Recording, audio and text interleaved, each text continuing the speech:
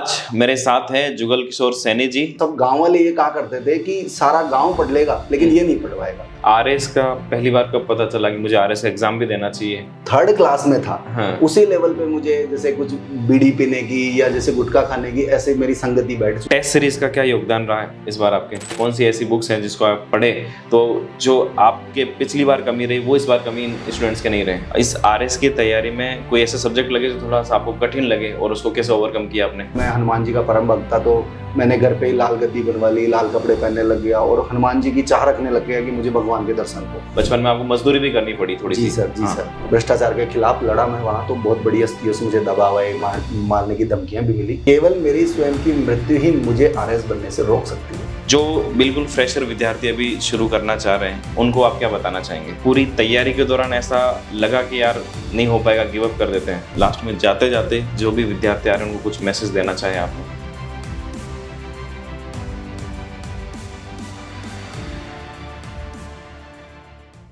Hello friends, आप सभी का स्वागत है क्वालिटी एजुकेशन के अपने इस प्लेटफॉर्म पर। आज मेरे साथ हैं जुगल किशोर सैनी जी, जो इस बार के आरएस के रिजल्ट में 577वीं रैंक के साथ फाइनल यहाँ पर सिलेक्शन हुआ। क्वालिटी एजुकेशन से भी लगातार टेस्ट सीरीज से भी जुड़े रहे और जब मैंने इनकी कहानी जानी तो बहुत ही इंस्पायरिंग कहानी रही है। तो आज वो कहानी आप सबके साथ भी साझा करेंगे। तो सबसे पहले तो जुगल किशोर जी का आप सबकी तरफ से मैं यहाँ पर स्वागत करता हूँ और बहुत बहुत बधाई देता हूँ इस परीक्षा के लिए। आपको बहुत बहुत बधाई सर। और मैं सबसे पहले जानना चाहूंगा थोड़ा सा आपके बैकग्राउंड के बारे में, ऑडियंस भी यही जानना चाहती है। अपना थोड़ा सा एक संक्षिप्त परिचय आप भी दे दीजिए अपने परिवार के बारे में, गाँव के बारे में, एजुकेशन के, और वर्तमान में आप क्या कर रहे हैं? जी सर, पहले तो सर मैं क्वालिटी एजुकेशन परिवार को धन्यवाद दूंगा कि मुझे आपने लोगों ने बुलाया और इस ऐसा मौका दिया, और जो कि मुझे टेस्ट सीरीज में भी और पूरी मेंटरशिप भी आप लोगों ने दी। आपकी बदौलत ही मैं इस मुकाम पे पहुंचा, उसके लिए थैंक यू। जैसा कि आप मेरी जो प्रारंभिक जो लेवल था, मैं काफ़ी गरीब परिवार से बिलोंग करता हूँ और उसके बाद मैंने स्टडी लेवल मेरे ग्रामीण क्षेत्र में किया। 12th में मैंने स्टेट मेरिट प्राप्त की। उसके बाद मैंने पटवारी एग्जाम दी, जूनियर अकाउंटेंट एग्जाम दिया, पटवारी में पास 26वीं रैंक ली, जूनियर अकाउंटेंट पास किया राजस्थान रोडवेज में। अभी वर्तमान में वहाँ पोस्टेड हूँ डब्ल्यू फर्स्ट के। कितने साल हो गए आपको जॉब में लगभग? सर मेरे 12 साल कंप्लीट हो गई, अभी 13वां साल है, 2013 की पोस्टिंग है। 13 साल से आप जॉब में हैं? जी सर। और यहाँ पर जैसे आपने थोड़ा सा अपने बचपन के बैकग्राउंड के बारे में, जैसे आपने कहाँ से पढ़ाई की है उसके बारे में मैंने सुना बड़े ब्रिलियंट कैंडिडेट भी रहे 10वीं 12वीं में, और ये भी बताया था आपने कि भी आपने बचपन में आपको मजदूरी भी करनी पड़ी थोड़ी सी। जी सर, मैं जब पहले तो मैं नालायक स्टूडेंट था। जब से प्रारंभिक रूप से मैं स्टूडेंट था। मैंने बोला कि आप ब्रिलियंट रहे, आप बता रहे आप नालायक स्टूडेंट सर, नालायक से ब्रिलियंट बना मैं। ओके। उस पोजीशन पे पहुंचा क्योंकि जब मैं 3rd क्लास में था, लोग स्टूडेंट्स तो नर्सरी फर्स्ट सेकंड या 3rd क्लास, मतलब फर्स्ट में बैठते हैं, नर्सरी में बैठते हैं, मैं डायरेक्ट 3rd क्लास से बैठा हूँ। 3rd क्लास स्टूडेंट था और 3rd क्लास में बैठा उस टाइम पोजीशन पे। उस समय के बाद मैं जैसे जैसे स्ट्रगल करता गया, पढ़ता गया, और तो 8th क्लास में जब मैं बड़ी स्कूल में पहुंचा, उस समय तक मैं ठीक था, नॉर्मल था। कुछ एक कैंडिडेट ने मुझे बताया कि आपके पास बुक्स के अलावा कोई और सॉल्यूशन नहीं है, क्योंकि मैं काफ़ी गरीबी स्थिति, मेरी 6 सिस्टर्स थी, उनकी जिम्मेदारी मुझे निभानी थी, इसलिए मेरे पास बुक्स के अलावा कोई सॉल्यूशन नहीं था। वही मैंने खुद को एक्सेप्ट किया। 8th क्लास का जो रिजल्ट था सर, मेरा मजदूरी करते हुए आया, क्योंकि मेरे जो पिताजी थे उन्होंने मुझे कहा कि मेरे पास केवल एक टिफिन है और एक 600 रुपये की साइकिल दिला के मुझे दी थी। उसके बाद मुझे वहाँ पे दाखिला दिला दिया, जैसे स्कूल में दाखिला दिलाते हैं वैसे मुझे फैक्ट्री में दाखिला दिला दिया, और वहीं पे मेरा 8th का रिजल्ट आया, मेरी 88% वहाँ पे बनी। तो जैसे ही 88% बनी तो वहाँ के जो फैक्ट्री वालों, तो उन्होंने मेरा विरोध किया कि हम आगे से आपको एक्सेप्ट नहीं करेंगे, आप यहाँ नहीं आओगे। और दूसरा, जैसे ही मैं घर पहुंचा, वहाँ पे घर पहुंचते ही जो मेरे सर थे, जो जिस स्कूल में पढ़ता था, ग्रामोदय स्कूल में मैं पढ़ता था, सरवण जी सर घर पे बैठे हुए मिले और मेरे पिताजी को वो समझाइश कर रहे थे कि आज के बाद ये बच्चा मेरा है, इसकी जो भी स्टडी का खर्चा होगा, इसको जो भी बुक्स होगी, जो भी चीजें होगी वो मैं करूंगा, आप केवल अपना जो गुजारा वो करें, इसको मेरे हवाले कर दें। नहीं, आपने एक बोला था कि मैं नालायक से ब्रिलियंट, वो नालायक वाला मैं समझा नहीं, नालायक कैसे? आपने आपको नालायक कैसे बोला आपने भी? सर, नालायक इसलिए बोला कि जो मैं बचपन में था, जब 3rd क्लास में था, उसी लेवल पे मुझे जैसे कुछ बीड़ी पीने की या जैसे गुटखा खाने की ऐसे मेरी संगति बैठ चुकी। 3rd क्लास में क्या एज रही होगी उस समय? सर लगभग 8 साल का था।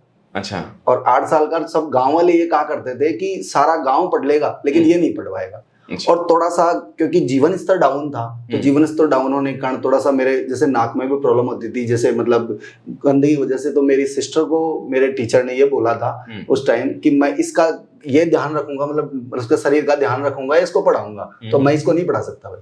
फिर आपके 10वीं 12वीं में कितने परसेंटेज रहे? सर 10वीं क्लास में मेरे 87% रहे, और 87% के टाइम मेरी हिंदी थोड़ी वीक रही, 75 मार्क्स थे, बाकी सब में 95 मार्क्स थे। इस वजह से वो था जो मेजर पॉइंट था सर। इस 10 से एड में बताना चाहूंगा, मेरे स्कूल वालों ने 19 नंबर भेज दिए थे 20 में से, जबकि मेरे मैथ्स में वहाँ 18 से 80 मार्क्स थे। उसके बाद में थोड़ा पब्लिश हुआ और इस लेवल पे आगे बढ़ा। ओके। और 12th में आपने बताया कि आप मेरिट रही थी? जी सर, 12th में मेरी 11th रैंक रही, स्टेट मेरिट है 90% कॉमर्स से। ओके, मतलब इसलिए आप कहाँ छोटी सी उम्र में बीड़ी गुटखा ये शुरू हो गया और कहाँ आप मेरिट में आ गए, ये एकदम से परिवर्तन कैसा आया? सर इसके परिवर्तन का कारण मेरी जिम्मेदारियां थी। उस समय जिम्मेदारियों की वजह से मुझे महसूस हुआ कि मेरे पास पढ़ाई के अलावा और कोई सॉल्यूशन नहीं है। मेरे पास ऐसा कोई बिजनेस सेटअप करने का कोई ऐसा था नहीं कि मैं पहले से इन्वेस्टमेंट कर सकता था, मेरे बैकग्राउंड ऐसे इस प्रकार नहीं था। इसलिए मैंने उस पोजीशन को छोड़ते हुए धीरे धीरे मेरी संगति अच्छी होती गई और मैं आगे बढ़ा। ठीक है। मैं 10th क्लास तक थोड़ा घमंडी विद्यार्थी भी था, मैं टीचर से भी अपने आप को एक्स्ट्रा ऑर्डिनरी समझता था। लेकिन बाद में जैसे मेरा रिजल्ट आया 10th का, उसके बाद मेरा सब चीजें क्लियर हो गई। आज मैं बहुत ही सिंसियर स्टूडेंट हूँ, आज भी स्टूडेंट हूँ और पढ़ाता भी हूँ, तो मैं सिंसियर टीचर भी हूँ। अच्छा, आप पढ़ाते भी हैं, टीचर भी है, क्या पढ़ाते हैं आप? सर मैं अभी पॉलिटी पढ़ाता हूँ। कंपटीशन के विद्यार्थियों को आप पढ़ाते हैं? बिल्कुल, बहुत बढ़िया। मतलब आपका पढ़ाने का भी रुचि है। जी सर। और थोड़ा सा मुझे इसके बताइए कि उसके बाद आपकी फर्स्ट सर्विस कौन सी थी, ये सर्विस कब लगी, उसके बारे में थोड़ा सा बता दीजिए। जी सर, मेरा सर 2013 के टाइम पे मेरा खुद का इंस्टीट्यूट था और काफी अच्छे गैदरिंग थी, 350 स्टूडेंट्स उस समय थे। मेरा कोई भी शौक नहीं था कि या कोई भी ऐसी व्यवस्था नहीं थी। सीए की तैयारी कर रहा था, आईपीसीसी में बहुत ग्रुप पास कर चुका था, आर्टिकलशिप चल रही थी मेरी। उस दौरान मेरा एक पार्टनर था, उससे मेरी थोड़ी मतलब इस प्रकार की बात हो गई कि असमंजस का बिंदु हो गया। मैं पढ़ाता था, वो मैनेजमेंट देखता था, उसमें कुछ गड़बड़ हो गई, मैंने इंस्टीट्यूट उसी दिन छोड़ दिया। मतलब मेरी ये कुछ कमी भी रही, कुछ अच्छी भी रही कि मैं फैसले तुरंत लिया करता हूँ। तो उस समय अच्छाई तो ये रही कि आज मैं अच्छा आरएस बन चुका हूँ, उसकी वजह से, उसी की बदौलत पे, वरना मैं आज इंस्टीट्यूट ही कर पाता। आज मैं आरएस बनने के बाद भी इंस्टीट्यूट कर रहा हूँ, तो वो बड़ी पोजीशन है। दूसरी मैं सर ये कह रहा था कि जैसे 12वीं क्लास के बाद मैं मतलब जब इंस्टीट्यूट था, उसके बाद जॉब की पोजीशन इस प्रकार बनी कि मैंने इंस्टीट्यूट छोड़ दिया, तो मेरे पास कोई विकल्प नहीं था। तो फिर मैंने उस समय पटवारी का एग्जाम दिया 2013 में। उसमें मेरी 26वीं रैंक थी, 26 रैंक थी, मैंने अचीव की। और जस्ट उसके 15 दिन बाद ही जूनियर अकाउंटेंट राजस्थान रोडवेज जो पर्सनल एग्जाम लेती है, उस एग्जाम में मैं जूनियर अकाउंटेंट में पास हो गया और वहां मैंने ड्यूटी ज्वाइन कर ली। आरएस का पहली बार कब पता चला कि मुझे आरएस एग्जाम भी देना चाहिए, ये कहाँ से पता चला आपको? सर जैसे 2013 में मेरी जब पोस्टिंग हुई, फर्स्ट पोस्टिंग मेरी जैसलमेर डिपो में हुई, और जैसलमेर डिपो में मेरे साथ एक मित्र थे, वो एलडीसी लगे थे वहां पर, सोहन सिंह जी राठौड़, जो अभी करंटली आरएस पोस्ट हैं, अजमेर में पोस्टिंग है उनकी कोऑपरेटिव डिपार्टमेंट में। वो मेरे अच्छे मित्र थे, उन्होंने मेरे को गाइडेंस किया कि आप एक अच्छे ब्रिलियंट स्टूडेंट हो, बचपन से ही आप पे काफी जिम्मेदारियां भी हैं, तो और आगे बढ़ सकते हो, आपको रुकना नहीं चाहिए। और उनका मैं उस तहे दिल से वो भी करूंगा, मतलब योगदान भी मानता हूं, और उनका हमेशा हृदय से मैं आभार व्यक्त करता हूं कि उन्होंने मुझसे इसे जैसी इतनी बढ़िया जर्नी की तरफ मुझे मूव किया। फिर आपको इतना टाइम कैसे लग गया? मतलब आप शायद 2016 के आसपास का बता रहे कि वहां पर लग गई, नौकरी लग गई, उसके बाद आपने ट्राई किया, अब आज 2025 है, इतना टाइम लगने का रीजन? सर मैंने 2016 में जैसे जब एग्जाम दिया था, उसमें आरएस का एग्जाम दिया, तो प्री मेरा पास हो गया। और जब मैंने मेंस का एग्जाम दिया, तो उस समय ऑफिस की जिम्मेदारियां कुछ ज्यादा थी, और ऑफिस से मुझे छुट्टी भी नहीं मिल पाई। और उस छुट्टी नहीं मिलने की वजह से मेंस मेरा क्लियर नहीं हो पाया। मेरे 314 कट ऑफ गई थी 2016 की, और 310 मार्क्स मेरे आए थे। तो इसलिए मैं उस समय थोड़ा टेंस हो गया, तनावग्रस्त हो गया, और मैं वापस वही मूव कर गया जहां से मेरा बचपन से उद्भव हुआ था। अच्छा, मतलब वो चीजें तो मैं नहीं हो पाया, नालायक स्थिति वाली पोजीशन पे तो नहीं पहुंच पाया, लेकिन मैं आध्यात्मिक प्रवृत्ति का बंदा भी था शुरू से। तो मैं आध्यात्मिक रूप से चला गया। मैं हनुमान जी का परम भक्त था, तो मैंने घर पे ही लाल गद्दी बनवा ली, लाल कपड़े पहनने लग गया, और हनुमान जी की चाह रखने लग गया कि मुझे भगवान के दर्शन हो। और उसी बीच मेरे एक परम मित्र मिला, और उससे मेरी बात हुई। उन्होंने कहा कि ब्रह्मा कुमारी जी एक ऐसी संस्था है जहां आप जाओ तो आपको आप टेंशन फ्री रह सकते हो और बहुत कुछ अच्छा अचीव कर सकते हो। मतलब आप एग्जाम पास नहीं हुए, आप थोड़ा निराशा में चले गए, और निराशा के दौर में आप आध्यात्म की तरफ मुड़ गए। बिल्कुल सर, बिल्कुल। और वो आध्यात्मिक दौर ऐसा मुड़ा कि लगभग 7 साल वहां रहा। 2017 ब्रह्मा कुमारी में 2017 के बाद 8वां साल मानो 2025 तक मैं आज पहुंच चुका हूँ, 8वें साल पे पहुंच चुका हूँ। उस दौरान मैंने बहुत ही आनंदित रहा, मैंने योग मेडिटेशन किया और मैं मानसिक रूप से खूब सुदृढ़ भी रहा। इसी दौरान 2021 में मेरे छोटे भाई की शादी करके मैं जिम्मेदारी से निवृत्त हो गया और मैंने अब्रोड मेरा ट्रांसफर करवा लिया कि मैं वहीं जीवन यापन करूंगा। वहाँ 8 महीने रहा मैं लगभग, लेकिन वहाँ कुछ इस प्रकार की व्यवस्था रही क्योंकि मैं भ्रष्टाचार के खिलाफ लड़ा। मैं वहाँ तो बहुत बड़ी हस्तियों से मुझे दबाव आए, मारने की धमकियां भी मिली, तो मैंने वापस ट्रांसफर जयपुर करवा लिया 2022 में। और 5 सितंबर 2022 को उस समय भर्ती आई थी आरएस की, ये 23 वाली जो भर्ती आई थी उसकी सुखबहार चालू हो गई थी कि भर्ती आने वाली है इस प्रकार। तो 5 सितंबर 2022 को मैंने ये वापस जर्नी चालू की।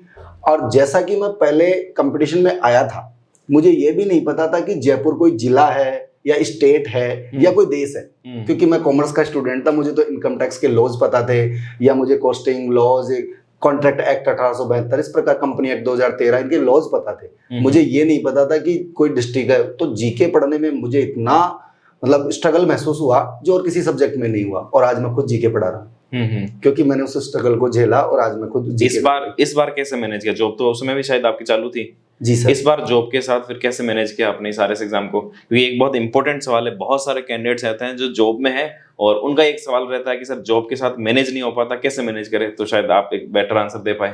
जी सर, बिल्कुल आपका सवाल बिल्कुल अच्छा है, क्योंकि अभी वर्तमान में भी काफी परसेंटेज कैंडिडेट ऐसे हैं जो जॉब के साथ ही इस चीज को कर रहे हैं। बिल्कुल, हाँ। पहली बात तो ये बहुत अच्छी चीज है कि जॉब के साथ तैयारी कर रहे हैं, क्योंकि आप सिक्योर हो चुके हैं पहले। तो आप आरएस जो बहुत लंबी जर्नी है, 2-3 साल लग ही जाते हैं, इसलिए तो इस जर्नी को आप लोग अच्छा बेटर फील कर सकते हैं। बिल्कुल। जॉब के साथ मैंने इसलिए इसको कवर किया। अब सबसे पहला बिंदु मैं कहूंगा कि मेरे ऑफिस स्टाफ का मेरा बहुत सहयोग रहा, कोऑपरेट रहा, जो कि पहले 2016 में नहीं हो पाया था। ओके। इस बार बहुत कोऑपरेट हुआ। जैसे मैं मेरे बॉस के पास जाता था, सर मुझे 2 महीने की छुट्टी चाहिए, तो वो कहते थे भाई 2.5 महीने की चलेगा, कोई दिक्कत नहीं है, लेकिन मुझे सिलेक्शन चाहिए। उन लोगों को भी इस प्रकार की मेरे से उम्मीद थी कि मुझे सिलेक्शन चाहिए, आप 2 की जगह 3 महीने चले जाओ।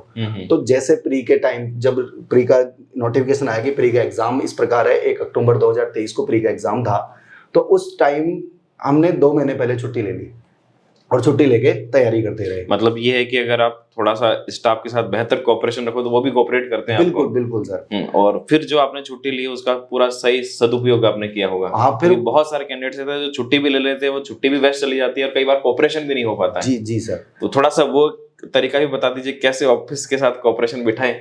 बिल्कुल सर, ऑफिस के साथ कॉर्पोरेशन का सर एकमात्र ही तरीका है कि आप अपने बॉस जो आपको काम असाइन करते हैं उस कार्य को आप कैसे भी मैनेज करें, लेकिन करें। आप चाहे फिजिकल रूप से मैनेज कर पाए या नहीं कर पाए, आप ऑफलाइन अपने जो अधीनस्थ कर्मचारी है उनके थ्रू मैनेज करें, उनको काम से मतलब होता है, तो वो बेटर रहता है कि आप लोगों का व्यवहार। मतलब अगर आप सिंसियर से काम कर रहे हैं तो आपके सीनियर भी आपको कोऑपरेट करते हैं। अच्छा, अब थोड़ा सा बात कर लेते हैं जैसे pre exam, mains exam. Sir उसी जर्नी में एक पॉइंट बताना चाहूंगा जो होता है। मैं क्या करता था सर, जैसे ऑफिस टाइम पे भी रहता था, पढ़ता था, तो शाम को 6 बजे मेरा ऑफिस ऑफ होता था। ऑफिस ऑफ होने के बाद मैं 6:30 के लगभग घर पहुंचता था। तो घर पहुंचने से पहले जैसे मैं 5 किलोमीटर पहले आता था तो मैं नींद में चला जाता था, क्योंकि मैं बहुत थक जाता था, बहुत ज्यादा। सभी जो जितने भी लोग जॉब वाले होते हैं वो सभी थकान महसूस करते हैं। तो मैं घर जाते ही घर वालों को बोलता था कि मुझे 1 घंटे कोई कुछ नहीं बोलेगा। मैं घर जाते ही सोता था। अच्छा। मतलब 7 से 8 के मध्य सोता था पूरी, और मैं वापस अपने आप को फ्रेशनेस फील करता था, पूरी तरह फ्रेश हो जाता था, और फिर 8 बजे से रात को 2 बजे तक पढ़ता था। मतलब वो 6 घंटे में निकालता था सारे दिन के जॉब के साथ भी, और 2 बजे फिर सो जाता था। फिर सुबह के मैं रूटीन 2-3 घंटे पढ़ के ऑफिस। मतलब टाइम को और अपनी एनर्जी को आपने सही से मैनेज किया तो हो गया ये। बिल्कुल बिल्कुल ठीक है। अब थोड़ा सा जानना चाहेंगे, प्री और मेंस और इंटरव्यू तीनों की स्ट्रेटेजी लगभग अलग अलग रहती है, आपकी क्या स्ट्रेटेजी रही? सर उस टाइम तो मेरी स्ट्रेटेजी ऐसी रही कि प्री के टाइम प्री की तैयारी की हमने, मेंस के टाइम मेंस की तैयारी की, इंटरव्यू के टाइम इंटरव्यू की तैयारी की। लेकिन कुछ समय पहले जैसे प्री एग्जाम आता है उससे पहले मेंस की तैयारी होनी चाहिए। ओके। ये बहुत जरूरी है। हाँ, क्योंकि उस समय शायद मेंस में काफी टाइम मिला, लोकसभा चुनाव आगे, डेट्स आगे बढ़ गई, लेकिन अभी जिस तरह के एग्जाम हो रहे हैं उसमें मेंस की तैयारी पहले हो जानी चाहिए। बिल्कुल सर, 100 डेज मिलते हैं मैक्सिमम, जितना मुझे महसूस कर पा रहा हूँ, और 100 डेज में मेंस की बुक्स आप पलट भी नहीं सकते, ये कंडीशन है। क्योंकि आपको वहां पे एग्जाम में मेंस में बिल्कुल रिकॉल होगा, पूरी तरह एक्यूरेट होगा, तो ही आप लिख पाओगे, वरना आपकी स्किप हो जाएगी, काफी चीजें याद होने के बाद। कितनी बार आपने रिवाइज कर लिया होगा मेंस का कोर्स? सर मैंने कुछ किताबें तो ऐसी थी जिनको 20-20 बार पढ़ा है। अच्छा। 20-20 बार पढ़ के उनसे क्रक्स निकाला मैंने। बहुत सी बुक्स पढ़ी, कुछ ऑथेंटिक पुस्तकें भी पढ़ी मैंने। इसके साथ कुछ जो इंस्टीट्यूट थे उन इंस्टीट्यूट के नोट्स को भी मैंने प्रेफर किया, कुछ साइट्स देखी, ऑफिशियल साइट्स को देखा, मैगजीन्स को देखा, करंट अफेयर से अपडेट किया। उसके बाद मैंने कम से कम 4 चरणों में नोट्स बनाए। पहले चरण में उनसे बेसिकली चीजें देखी, उसको उतारा, और एक मतलब जैसे अलग अलग फाइल बना ली, first paper, second paper, third paper, fourth paper की फाइल, फिर उसको भी सब पार्ट कर दिया। ज्योग्राफी अलग, पॉलिटी अलग, इकोनॉमी अलग, इस प्रकार सब पार्ट करता गया। लास्ट में एक इकट्ठा हो गया। उसको एग्जाम से एक महीने पहले करंट से अपडेट करके मैंने बिल्कुल शॉर्ट नोट्स बना लिए, जिसे मैं संविधान कहता हूं मेरा। और वो मात्र 100 पेजों के लगभग थे केवल, लेकिन वो पूरा क्रक्स था। उसको मैंने लास्ट टाइम 15 बार रिवीजन किया है, लास्ट के 10-15 दिन में। अच्छा। और इसलिए मैं बहुत फुल कॉन्फिडेंट था, लास्ट तक फुल कॉन्फिडेंट था, मुझे कोई तकलीफ नहीं है।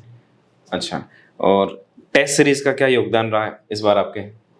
Sir no doubt test series का तो बहुत ही योगदान रहा, क्योंकि जैसे किसी अगर ट्रक चालक को ये कह दिया जाए कि ऐसे गाड़ी चलती है, इस प्रकार चलती है, और बहुत ही थ्योरेटिकल उसको नॉलेज दे दिया जाए, तो वो ट्रक नहीं चला पाएगा। हाँ। जैसे कुछ दुर्घटनाएं हो रही वैसी दुर्घटनाएं होने लग जाएगी। तो कहने का मतलब टेस्ट सीरीज ने मेरा 50% रोल टेस्ट सीरीज का ही रहा। पिछले अटेम्प्ट में दिए थे आपने टेस्ट सीरीज? नहीं सर, ये मेरी बहुत ही बड़ी गलती रही कि मैं टेस्ट सीरीज नहीं दे पाया, और शायद टेस्ट सीरीज के कारण ही मैं इस बार पास हो पाया हूँ।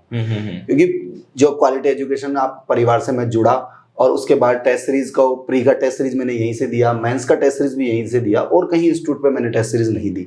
यहाँ पर मुझे वो चीजें महसूस करने को मिली कि कई बार बहुत इजी पेपर भी दिया। वो भी हमें वही कि हम ज्यादा खुश ना हो जाएं, इजी पेपर में भी हमने गलतियां की। कुछ पेपर्स ऐसे थे बहुत टफ भी थे हमारे को, मतलब एक स्टूडेंट को हर प्रकार से उन्होंने प्रिपेयर किया, और वो प्रिपरेशन हमारे प्री में और मेंस में काम है। प्री में तो बहुत इंपॉर्टेंट रहा मेरे लिए, क्योंकि उस समय 100.69 कट ऑफ गई थी, जो बिल्कुल अचंभित थी। किसी को कोई पोजीशन नहीं थी, लेकिन इस टेस्ट सीरीज की वजह से हम इस लेवल से ऊपर पहुंच पाए। ओके। और तैयारी में कोचिंग का भी सहारा लिया, केवल टेस्ट सीरीज? नहीं, मेरा केवल तैयारी में तो पर्टिकुलर सहारा केवल टेस्ट सीरीज था। बाकी मैंने सेल्फ स्टडी की, लेकिन मैं सभी इंस्टीट्यूटों का जो जो अच्छा लगता था, कहीं से इंग्लिश के टीचर, जैसे सम्यक के इंग्लिश के टीचर अच्छे थे, कहीं पर मेरे को उत्कर्ष में हिस्ट्री के टीचर अच्छे लगे, जहां से जो जो चीजें मुझे अच्छी लगी, जैसे इंग्लिश के teacher BK Rastogi sir Divine से अच्छे लगे, तो अलग अलग इंस्टीट्यूट से जो जो बेस्ट मेरे लाइक लगा, मैं उसको एक्सेप्ट कर पाया, उन चीजों को वहां से उठाया। और आपने कहा यूट्यूब पर देखा या फिर उनके नोट्स पढ़े, क्या पढ़े आपने? सर जैसे ऐप के माध्यम से कोर्स वगैरह ले लिए, उस माध्यम से जो जो पर्टिकुलर सब्जेक्ट वाइज, या कुछ यूट्यूब पे क्लासेस भी देखी। ओके, ठीक है। और आप जैसे कुछ अगर बुक्स या सोर्स कैंडिडेट्स को बताना चाहिए, कौन सी ऐसी बुक्स हैं जिसको आप पढ़े तो जो आपके पिछली बार कमी रही वो इस बार कमी स्टूडेंट्स के नहीं रहे? जी सर, बिल्कुल बताना चाहूंगा। जैसा कि आरपीएससी ने 2023 और 2024 में अपना ट्रेंड बदल दिया है मेंस का। मेंस का पहले का ट्रेंड सर बिल्कुल अलग था, और अभी 2 पिछले एग्जामों में ट्रेंड बिल्कुल ही बदल दिया गया है। पहले क्वेश्चंस तो परीक्षा में विद्यार्थी को आते थे कि ये क्वेश्चन मुझे आ रहा है, लेकिन उसको अटेम्प्ट करने का तरीका आना चाहिए था केवल। लेकिन इस बार ऐसा ट्रेंड आ चुका है कि क्वेश्चंस का ही पता नहीं कि कहां से आ रहे हैं, सोर्स का पता नहीं कि कहां से आ रहे हैं। ऑथेंटिक सोर्स के माध्यम से ज्यादा पेपर्स बन रहे हैं। तो मैं यही कहूंगा कि आप ज्यादा से ज्यादा ऑथेंटिक सोर्स को यूज करें, और टेस्ट सीरीज का ज्यादा से ज्यादा प्रयोग करें। जैसे इग्नू के नोट्स हो गए, एनसीईआरटी हो गई, हिंदी ग्रंथ अकादमी की पुस्तकें हो गई, उनसे ज्यादा प्रेफर करें। जो वेबसाइट्स होती है ओरिजिनल, जैसे ट्रांसपोर्ट डिपार्टमेंट हुआ या अदर वेबसाइट होगी गवर्नमेंट की वेबसाइट, उनसे सूजस हुआ, इन चीजों को फोकस करें। और कई विद्यार्थी ऐसे भी होते हैं जो एक दो असफलता के बाद बहुत निराश हो जाते हैं। आपके साथ भी ऐसा हुआ था, 2016 वाले में भी ऐसा हुआ था। जी सर। उससे आपने बहुत कुछ सीखा। आप क्या सुझाव देना चाहेंगे ऐसे विद्यार्थियों को? देखो सर, मैं निराशा को ही आशा की जननी मानता हूँ। क्योंकि सबसे पहले आदमी निराश होगा तो वो अपनी कमियां ढूंढेगा। जो ज्यादा आशा रख पाता है उसमें कॉन्फिडेंस के बाद ओवर कॉन्फिडेंस भी आने के चांसेस रहते हैं। तो जैसे मैं निराश हुआ तो मैं एक ही बात कहा करता था कि फेल तो मुझे जिंदगी भर होना है, पास एक ही बार होना है। क्योंकि हर बार रिजल्ट में फेल, पहले मैं बहुत बार पास हुआ करता था, लेकिन मैंने आरएस की जर्नी में महसूस किया कि फेल भी कोई चीज होती है। तो तब से मैं ये कहने लग गया। मैंने यूपीएससी का पेपर भी दिया 2017 में, तो पेपर में मैंने महसूस किया कि फेल तो जिंदगी भर होना है, पास एक ही बार होना है। तो मैं हमेशा एनर्जेटिक रहा और इस बात को महसूस किया कि एक ही बार के लिए मुझे प्रयास करना है, वो कब मिलेगा वो इम्पोर्टेंट है। इस पे मैं एक शॉर्ट केवल 2-3 सेकंड की बात करना चाहूंगा। एक व्यक्ति ये कहा करता था कि मैं जब भी नाचता हूं तब बरसात आती है। तो बता अचंभित महसूस होता था। लेकिन उसने ये कहा कि मैं ये सोच के नाचता हूँ कि जब तक बरसात नहीं आएगी तब तक मैं नाचता ही रहूंगा। तो बरसात को तो आना ही था। तो वही बात, जब मेरे को जब ये इस चरण में ये पूछा जाता था, निराश होने के बाद जब मैं वापस एक्टिव हुआ तो पूछा जाता था कि भाई तू आरएस की जर्नी में क्या करेगा, तो मेरा एक बहुत ही सरल सा डायलॉग था कि केवल मेरी स्वयं की मृत्यु ही मुझे आरएस बनने से रोक सकती है, और कोई भी ऐसा फैक्टर मेरे पास कोई काम नहीं करेगा। अगर मेरे फैमिली मेंबर्स की मृत्यु होती है 2-4 दिन ठीक है, मैं उनको सपोर्ट करूंगा, फिर वापस मेरे में लग जाऊंगा। तो इतना डेडिकेशन और इतनी जिद रही, तो इसलिए मैं निराशा तो मेरे लगने का सवाल नहीं था। बिल्कुल, जब इतने बड़े एग्जाम में इतना डेडिकेशन होता है तभी ये संभव हो पाता है कि आप इस एग्जाम में सेलेक्ट हो पाए। बिल्कुल। हालांकि इस बार रैंक, आपको भी लग रहा है कि इस बार रैंक थोड़ी सी पीछे रही, उसका क्या रीजन रहा? आपकी एक्सपेक्टेशन क्या थी कि मेरी कितनी रैंक आ जाएगी, और अभी रैंक पीछे रही, तो उसका क्या रीजन लगता है? आपको लगता था भी मेरी रैंक अच्छी आएगी, क्या था आपका? सर नो डाउट हर एस्पिरेंट यही मानता है कि रैंक अच्छी आएगी, और जो वो चाहता है उतना तो किसी को मिल जाए, वो भी उसके लिए वो बात है। मेरी रैंक तो मैं ये चाहता था कि टॉप 50 में मेरी रैंक आई, और मेरे मेंस का पेपर देने के बाद भी मुझे ऐसा महसूस हुआ, इंटरव्यू सेशंस के बाद भी मुझे ऐसा महसूस हुआ। लेकिन कुछ, क्योंकि बहुत सारी वेरिएबिलिटी रहती है इस एग्जाम में, काफी फैक्टर्स काम करते हैं, केवल एक मेहनत ही काम नहीं करती है। इंटरव्यू में आपका बोर्ड किसका आया है, ये चीज भी बहुत ज्यादा वेरी करती है। आपके मेंस की कॉपियां किस पहले चेक हुई है या बाद में चेक हुई, जो इस बार फैक्टर्स पता लग रहे हैं। आप किस जोन, भाई आप अजमेर जोन से जैसे संभाग से आ रहा है, ये भी प्रभाव पड़ रहा है। वो खैर पर्टिकुलर प्रभाव इसलिए पड़ा होगा कि अजमेर संभाग की कॉपियां पहले चेक हुई है, तो इसलिए उनके मार्क्स ज्यादा मिले। वो एक फैक्टर मैं इसको मानता हूँ। बाकी जब तक मैं रिजल्ट नहीं आया तब तक तो ये मानता था मैंने बेस्ट दिया। अभी आपको क्या लगता है, कुछ कमी अभी लग रही है? कुछ कमी? बिल्कुल सर, अब मैं ऐसे महसूस कर पा रहा हूँ, क्योंकि मात्र हमारा 5 या 7 मार्क्स का अंतर है। हाँ। जो रैंकर्स हैं उनमें और हमें केवल 5 मार्क्स का अंतर है। 5 मार्क्स, एक मार्क्स पे 100 रैंक का डिफरेंस आ रहा है। तो वो जो डिफरेंस है वो हमारा कहीं ना कहीं मेंस में कुछ चीजें कंटेंट लेवल पे हमारी दिक्कत रही, कंटेंट याद नहीं हो पाया। कि हम प्रेजेंटेशन पे बहुत फोकस कर रहे थे उस समय, किस प्रकार प्रेजेंट करना, चित्र बनाने हैं, ये करना है, वो करना है। और मुझे जहां तक लगता है आरपीएससी का वर्तमान स्वरूप ये कह रहा है कंटेंट आपका ओरिजिनल होना चाहिए। जो क्वेश्चन डिमांड कर रहा है वो डिमांड उसको सब पार्ट्स करके वो पूरी डिमांड आपको देनी है, तो ही आपको मार्क्स मिलेंगे, वरना आपको कॉपी सजाने के मार्क्स नहीं मिलेंगे। ऐसे कई कैंडिडेट्स भी रहे जिनकी 1000 के बाहर रैंक आई है, 1500 के बाहर रैंक आई है ना। मुझसे भी कई कैंडिडेट मिले हैं। तो अभी हमने देखा कि जो इस बार टॉपर आए हैं वो ऐसे कई कैंडिडेट थे जिन्होंने 1000 के बाहर थे, इस बार टॉप रैंक भी आए। जी सर। तो इस बार आप आशा कर रहे हैं कि इस बार वापस एग्जाम और आप देंगे और इस बार एक अच्छी रैंक लेकर आए? बिल्कुल सर, नो डाउट मैं इस बार 2025 का अटेम्प्ट बहुत जोर शोर से दूंगा। जो मेरी कमियां रही उनका मंथन करके उन कमियों को वापस सुधारते हुए, जो भी, क्योंकि पहली बार में आदमी को, मुझे रोज ये पता ही नहीं था इंटरव्यू कैसे होगा या मेंस के पेपर्स किस प्रकार रहेंगे, इंटरव्यू की क्या स्थितियां रहेंगी। अब तो मेरे पास पत्ता नहीं टूटा, लेकिन जो पत्ते की जो डाली थी उसकी जड़ थी वो हिल चुकी है। तो इस बार मैं बेटर प्रूव कर पाऊंगा। बिल्कुल। फिर भी देखो, मेरा ये मानना है, जो भी साथी देख रहे हैं, आरएस जैसे एग्जाम में जहां 4 से 5 लाख कैंडिडेट बैठते हैं और उसमें टॉप 500 में आना भी अपना आप में बहुत बड़ी बात होती है। वो आप लेकर आए तो आप बहुत सारे लोगों के लिए प्रेरणा स्रोत भी रहे। और जैसे 10वीं बार में आपने बताया आप शुरू से ब्रिलियंट कैंडिडेट रहे, और 2016 में जब आपका नहीं हुआ तो वो एक तरह से आपके लिए बहुत बड़ा झटका था, और अब 8 साल का गैप लेने के बाद आपने किया, ये भी अपना पे बहुत बड़ी बात है। एक चीज मैं और जानना चाहूंगा जो आज के टाइम में बहुत ज्यादा डिस्ट्रैक्ट करती है कैंडिडेट्स को, कि आज के टाइम में ज्यादातर पढ़ाई वो ऑनलाइन हो रही है, यूट्यूब हो गया, टेलीग्राम हो गया, लेकिन इसके साथ साथ ही भटकाव भी वहीं से आ रहा है। उस भटकाव से कैसे बचे? सर पहली बात तो जो ये ऑनलाइन है वो आपका साथी भी है, आपका सहयोग भी बहुत कर रहा है और विरोध भी बहुत कर रहा है। इसको मैनेजमेंट करना ही विद्यार्थी को पास करने तक ले जाता है। क्योंकि लगातार हम बुक्स पढ़ते हैं तो भी बोरिंग फील करते हैं, बोर फील होता है, रात को सो जाते हैं। और लगातार अगर आप टैबलेट के माध्यम से या मोबाइल के माध्यम से पढ़ेंगे, ऑनलाइन पढ़ेंगे, तो भी आपको, आपकी आंखों में प्रेशर होगा, दिमाग भी कई बार ऐसा लगता है फटने की स्थिति पे आ जाता है, प्रेशर से ज्यादा हो जाते हैं। तो आप इन दोनों का कॉम्बिनेशन करो। कैसे करें, थोड़ा सा उसके बारे में, कि आपने कैसे मैनेज करे इसको? सर मैंने मैनेज किया कि मैं कुछ बुक्स रखता था और उस बुक्स में जो चीजें लिखी हुई थी, जो मतलब मेरे नोट्स थे, उन नोट्स के आधार पर ही एक वीडियोस रखता था फिक्स। भाई इन वीडियोस को मुझे बार बार देखना है। तो जैसे रात का समय होता था, कई बार मुझे खाना खाने के बाद अक्सर नींद आने की पोजीशन हो जाती है, और उस टाइम मैं क्या करता था, वीडियो देखता था। जो क्लास थी ऑनलाइन क्लासेस वगैरह वो वीडियो देखता था। उस टाइम मेरी, क्योंकि नींद का एक क्षण के बाद नींद खत्म हो जाती है, उसके बाद आप पूरी रात पढ़ो, आपको कोई पूछने वाला नहीं नींद आएगी या नहीं आएगी, तो उस नींद को मैं उस प्रकार जीत पाता था ऑनलाइन की वजह से। ऐसा ही दोपहर में भी एक ऐसा सीजन आता है जिस समय आप दोपहर में खाना खाने के बाद 12-1 बजे के बाद आप इस ऑनलाइन का यूज कर सकते हो।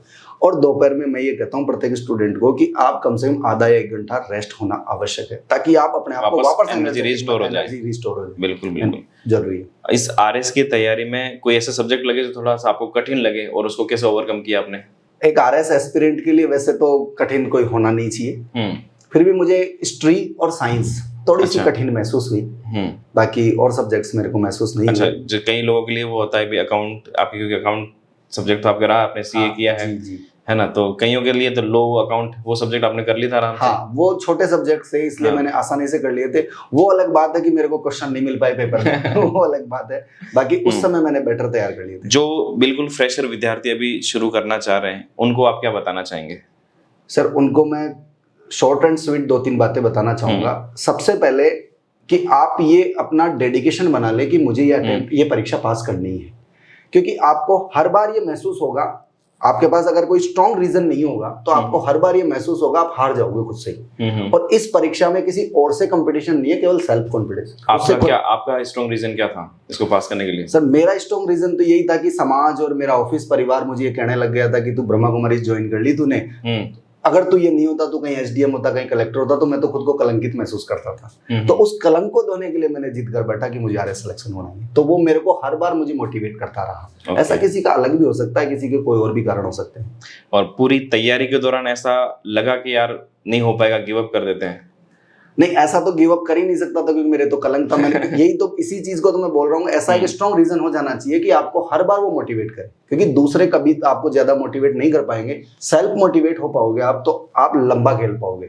और एग्जाम डे तक जब तक रिजल्ट नहीं आए, जब तक आपको मोटिवेट रहना ही होगा, वरना इस एग्जाम का बहुत लंबा रहना, डिमोटिवेट होना, रिजल्ट, कई बार मॉक टेस्ट में नंबर कम आ जाते, मार्क्स कम आ जाते, बहुत टेंशन में हो जाते थे। हम भजन सुन के भी अपना टाइम पास करते थे 10-15 मिनट, लेकिन वापस हम रिकवर करते थे। अभी मतलब आपकी तैयारी की पूरी जर्नी रही, आपने खुद अपनी जर्नी को देखा है, और आज का समय है। आज के समय में कुछ ऐसा पॉइंट लगता है जो लगता है कि भैया तैयारी की जर्नी में वो चीज थोड़ा सा सुधार ले, या सुधार लेता तो बहुत ज्यादा अच्छा हो जाता, ताकि वो पॉइंट स्टूडेंट को पता चले कि वो कैसे तैयारी करे, क्या गलती नहीं करे? अगर आपको कोई ऐसा 1-2 पॉइंट लगे तो। मेरा कहना ये है कि सर, तीनों चरण अपनी जगह महत्वपूर्ण है, प्री, मेन और इंटरव्यू, लेकिन इन तीनों की इंटीग्रेटेड तैयारी होना आवश्यक है। कई स्टूडेंट्स प्री की तैयारी कर रहे हैं, फिर मेंस की कर रहे हैं, फिर इंटरव्यू कर रहे हैं, वो अभी रिलेवेंट नहीं है। पहले आपको तीनों की कुछ पार्ट्स, आप अपने समय को पार्ट्स में बांट ले, कुछ समय आप प्री को दे, कुछ समय आप मेंस को दे, कुछ थोड़ा समय आप इंटरव्यू को दे, और कुछ टेस्ट सीरीज को दे। चौथा पार्ट में पर्टिकुलर 25% टेस्ट सीरीज को दूंगा। आप इन चारों पार्ट्स में अपनी तैयारी करें, इंटीग्रेटेड तैयारी, तो आप बहुत अच्छा ले सकते हैं। उसमें भी प्रैक्टिस का अपना आप में बहुत इंपॉर्टेंस हो, चाहे वो प्री हो, चाहे मेंस हो, चाहे इंटरव्यू हो। जितनी ज्यादा आप प्रैक्टिस करेंगे उतने ज्यादा अच्छे मार्क्स ला पाएंगे। प्रैक्टिस से मुझे एक अच्छी बात याद आई कि जब सर मेरा मेंस का या पेपर होता था, प्री के प्रैक्टिस में हमें कोई परेशानी नहीं आई। प्री का पेपर कभी भी दिला लो, हमें आज भी दिला लो, हम दे देंगे। लेकिन जब मेंस का पेपर होता था, मॉक टेस्ट, तो पहले हमें 2 दिन पहले टेंशन चालू हो जाती थी कि संडे का मॉक है यार, क्या लिखेंगे, क्या आएगा पेपर में, क्या नहीं आएगा। और धीरे धीरे वो मेरा टेन्योर कम होता गया। और लास्ट स्टेज ऐसी आई, मैंने इतनी बार प्रैक्टिस की, लास्ट के 15 दिन में सर 25 मॉक लिखे मैंने मेरे कमरे में। उस समय क्या प्रैक्टिस हुई कि लास्ट के 2 मिनट पहले मेरे टेंशन होती थी बस। जो 2 दिन पहले मेरे टेंशन होने लग जाती थी पेपर की, वो 2 मिनट पे आ गई थी। और अगर उस स्टेज पे आप आ गए तो आप पेपर बहुत अच्छा लिख पाएंगे। बिल्कुल। और एक सवाल जो हर बार इंटरव्यू में पूछा जाता है, मॉक इंटरव्यू में पूछा जाता है कि आप आरएस क्यों बनना चाहते हैं? आपके अंदर ऐसा क्या था कि आरएस बनना है, या समाज में कुछ बदलाव की ऐसा कुछ आपके अंदर हो, तो वो एक बार बताइए। जी सर, मैं बिल्कुल समाज में बदलाव की अपेक्षा रखते हुए आरएस बनूंगा, क्योंकि मेरा सर शुरू से ही शौक हॉबी रही है टीचिंग। तो जब तक कोई आदमी स्वयं सेलेक्टेड नहीं होता है, सेलेक्ट कैंडिडेट नहीं होता है, तब तक उस व्यक्ति की कोई दूसरा सुन नहीं पाएगा, नहीं वो प्रूव कर पाएगा किसी को। तो इसलिए मैंने मेरी डिग्री प्राप्त करने के लिए कि मैं आज एक आरएस हूँ, मेरे जैसे ग्रामीण क्षेत्र में कोई आरएस नहीं था, लोग दूर दूर तक मेरे कोई रिश्तेदार नहीं था, कोई परिचित नहीं था, तो आज मैं मेरे इलाके में 20-50 आरएस देखना चाहता हूँ। और ये चाहता हूँ कि मेरा समाज आगे बढ़े, मेरा इलाका आगे बढ़े, और चारों मेरा जो जयपुर राजस्थान है वो उज्जवल हो। बिल्कुल। अभी लास्ट में बस एक अंतिम प्रश्न है, लास्ट में जाते जाते जो भी विद्यार्थी आ रहे हैं उनको कुछ मैसेज देना चाहे आप तो? बिल्कुल सर, मैं ये मैसेज देना चाहूँगा कि आगामी भर्ती बहुत जल्दी आने वाली है, हो सकता है मे बी अगले मंथ ही भर्ती आने वाली है।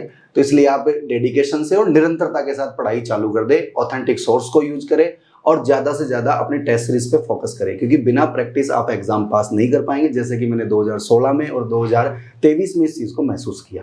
प्रमुख रूप से यही चीज है कि टेस्ट सीरीज पे आपको ज्यादा आपको प्रैक्टिस करनी पड़ेगी। वो आप प्रेशर जो मेंस के एग्जाम में आप प्रेशर को देखना है, आपको प्री के एग्जाम में प्रेशर है, इंटरव्यू का प्रेशर है, वो सब चीजें मॉक से ही क्लियर हो पाएगा। जब तक आज अगर जो क्रिकेटर्स हैं अगर अपनी प्रैक्टिस छोड़ देंगे तो वो शायद मैच में अपना अच्छा इंप्रूव नहीं कर पाएंगे। जितनी ज्यादा वो प्रैक्टिस करेंगे उतना ही उनमें निखार आता जाएगा। Thank you. बिल्कुल। देखो तो सबसे इंपॉर्टेंट बात, चाहे आप कितने ही टॉपर से सुने, जो सबसे इंपॉर्टेंट बात निकल कर आती है वो यही होती है कि जितनी ज्यादा आप प्रैक्टिस करेंगे उतना ज्यादा आप निखर कर आएंगे। तो सबसे जो इंपॉर्टेंट कोर है किसी भी एग्जाम का, चाहे आरएस हो चाहे कोई सा भी एग्जाम है, कि आप जितनी ज्यादा आप प्रैक्टिस कर सकते हैं उतनी ज्यादा प्रैक्टिस करें, चाहे प्री हो, मेंस हो, चाहे इंटरव्यू। सर प्रैक्टिस के साथ केवल एक वर्ड और जोड़ूंगा, कंटेंट। अगर कंटेंट भी आपके पास बहुत अच्छा है और बहुत अच्छा रटा हुआ है और उसके साथ प्रैक्टिस है तो आपको कोई नहीं रोक सकता। बिल्कुल। तो एक अच्छा कंटेंट और उसके साथ अच्छी प्रैक्टिस और आप जरूर एग्जाम निकाल सकते हैं। आप बहुत बहुत धन्यवाद, आप यहाँ पर आए और विद्यार्थियों को मार्गदर्शन किया। Thank you sir. मैं क्वालिटी एजुकेशन परिवार का भी दिल से धन्यवाद ज्ञापित करना चाहूंगा कि आप लोगों ने मुझे समझा। बहुत बहुत धन्यवाद।